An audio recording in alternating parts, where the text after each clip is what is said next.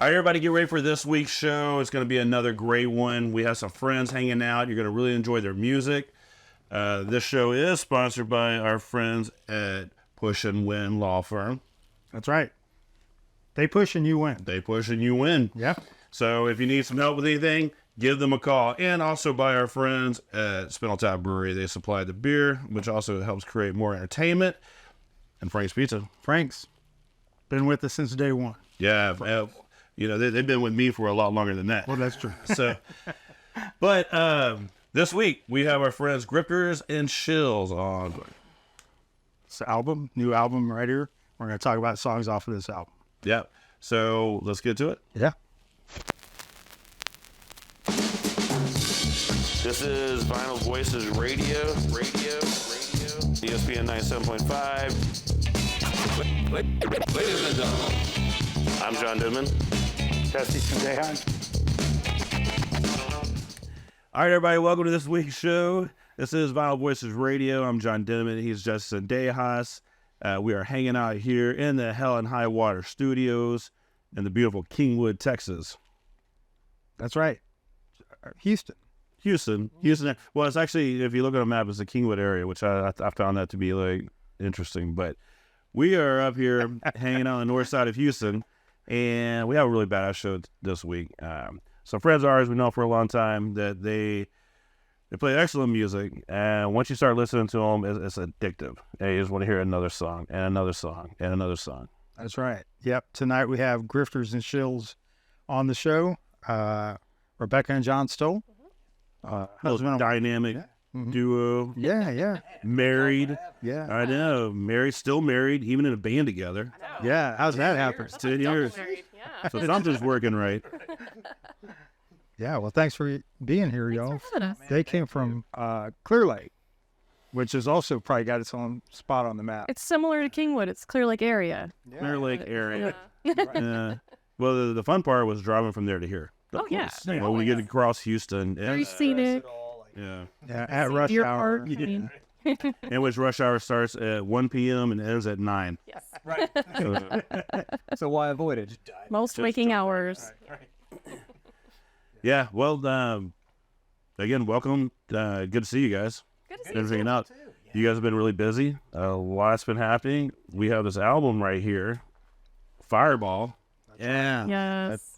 This album here is one of Houston Chronicle's top 20 albums of 2023, y'all. That's right. Tight. Yeah. Feel lucky to be on that list. I tell you, some good artists in this town. Yeah. Oh, yeah. Yeah. There's so much talent in Houston. So putting the raps on this album, which we're going to hear some songs, which the song we're going to hear in the segment is called Fireball. The title track. The title track. That's right. But how long did you guys work on this album? Ooh, that's a fun question. Yeah. I think the first song that ended up being on that album, we started writing in late 2019. And so most of these got written during lockdown because we had nothing to do. Yeah. So it's very much a time capsule to that time when we were staring at our four walls for a long Did that time. influence the lyrics in it? Oh, for sure. Oh, yeah. And it also influences the production. So, like, we wrote it a lot during lockdown. And then once lockdown was really kind of over and people, like the world was kind of getting back to what we kind of recognized, we're like, we have to record these songs and get them out of the house because I need these gone so I can write new songs about happier times. Yes. Yeah. Definitely. So we recorded the whole thing in 2023. We started in January and we were done in April. And yeah, the production was, we did everything. We recorded it all ourselves. There's a drummer on there, which is me. I don't play drums, but I decided to practice and learn how to play this album. So we recorded all that stuff. Wait, what else were you doing there in life? Exactly. Yeah. Exactly. Learn some new skills. Some people baked bread. This one learned drums. I mean, sometimes it's like, okay, what would have been better? I know. If you would have made bread, it would have been, a lot more fun. Yeah, instead of horrible noise all day. We need more drummers and bread. Yeah, I like I agree. I like that. Well, yeah. Depends on the I love bread. I do love bread.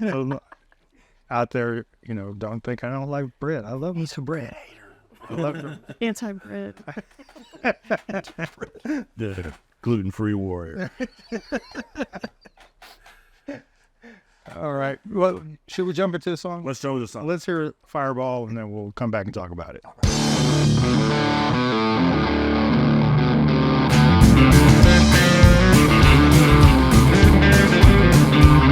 You're it from rat-a-tat, rock and roll queen. Finally go get your gun. Country fight, city fight, fancy free and hot like the southern sun. Well, bless your heart and calm. Don't you leave me hanging home. Fireball, hot rod, fast machine, revved up and on the run. Well, heaven help us, good goddamn, it ain't even begun. Long before I knew you, well, I knew you were the one.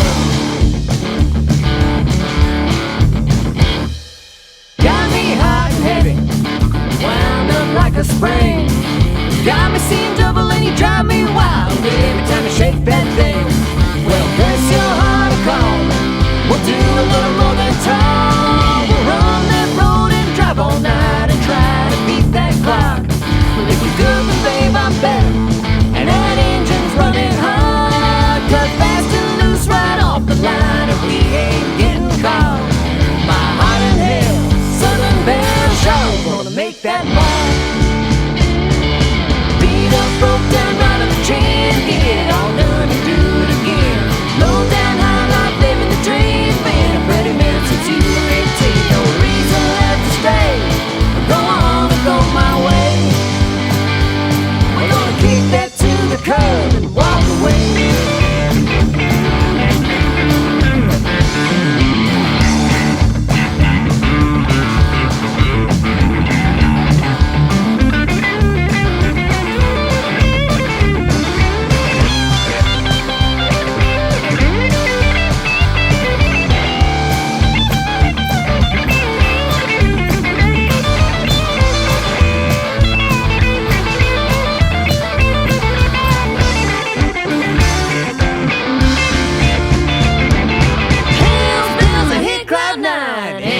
Look my way, it's TNT and rocket fire. Keep it coming, come what may. Well, rev that engine, babe. Won't be no easy road. Those turns ahead ain't nothing next to where we're gonna go. No better time for running than right about right now. It's 3, 2, 1, that setting sun. That flag is coming down. Beat up, broke down, right on the chin. Get it all done and do it again. Low down, high life, living the dream. Been a pretty minute since you were 18. No reason left to stay. Go on and go my way. We're gonna kick that to the curb and walk away.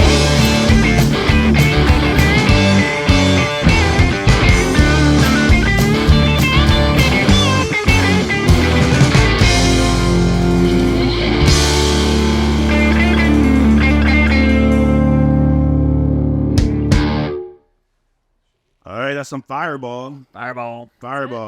So who's that song about? That's a funny because like early in pandemic, probably a couple months in, like I was having like a 100% like existential crisis. Like I'm melting down. I'm like the band is over. There's never gonna be live music again. Like everything's horrible. And then no exaggeration, I saw her walking down the hall and I was like, man, she looks good. This staying at home stuff's kind of nice. And so I was like, ooh, my Fireball, a hot rod, fast machine.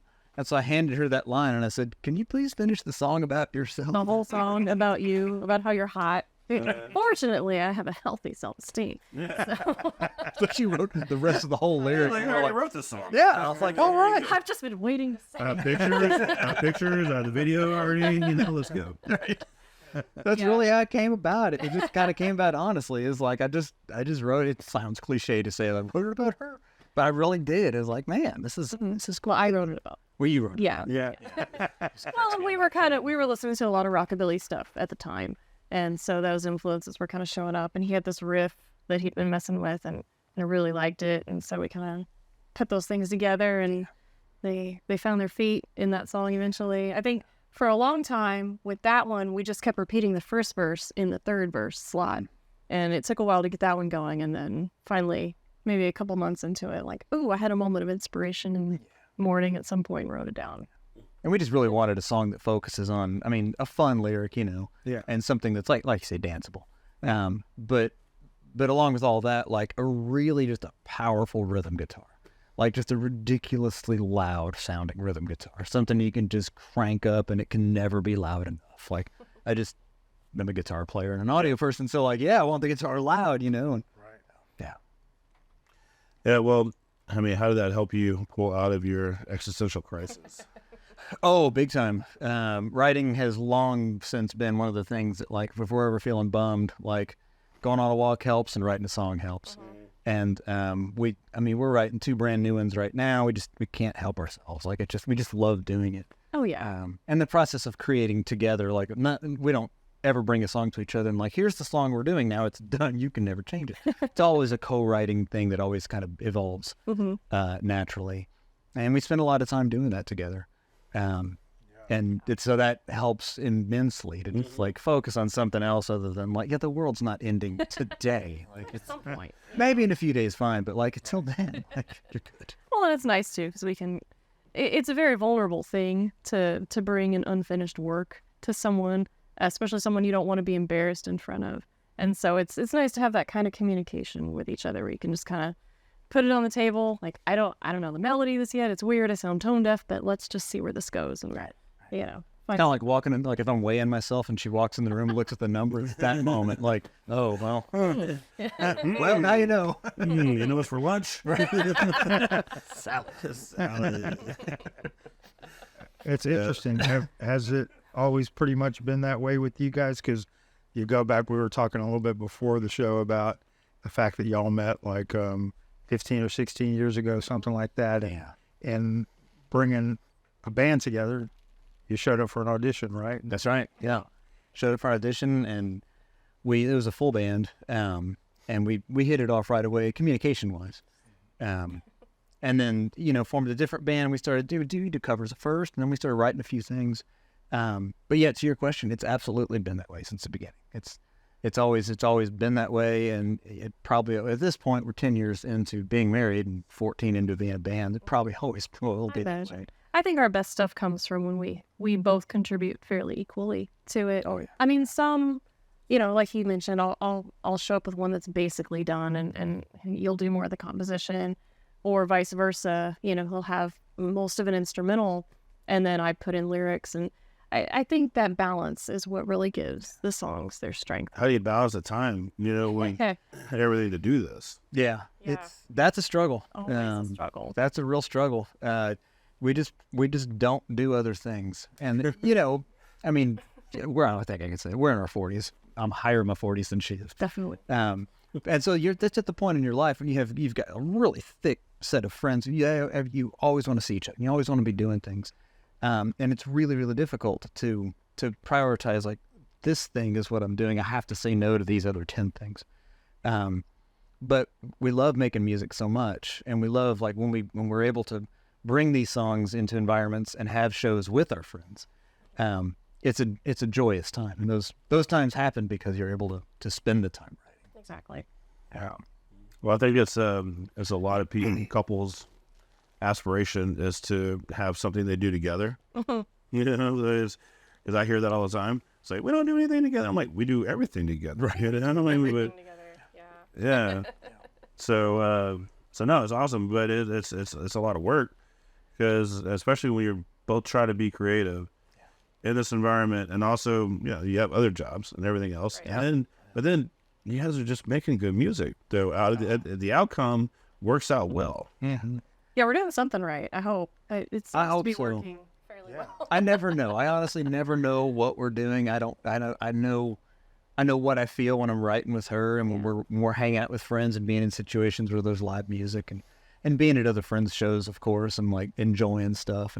And I know what I feel is right. I just kind of hope that all the spaghetti that we throw against the wall, like something sticks, Yeah, it's interesting that you guys talked a little bit about just trading those roles in writing this particular song, because so many of the songs y'all sing together in harmony on, and then just that kind of notion of like coming together to work together as a couple, just because we've had like a lot of couples actually on this show. Mm-hmm. The folks in Shame on Me, Yeah. Oh, married we couple. love them so much. Yeah. And then Escape from Zoo kids are married. Oh yeah. And then you guys do a lot of stuff with Kim and Sam from Brightwire. So, you know, it's just there's a dynamic there that just seems like it could go either a great way or not a great way. Sure. Yeah. This Yeah. kind of thing. And you'll learn pretty quick which way that's going to be when you're, I think, in that mode of communication, because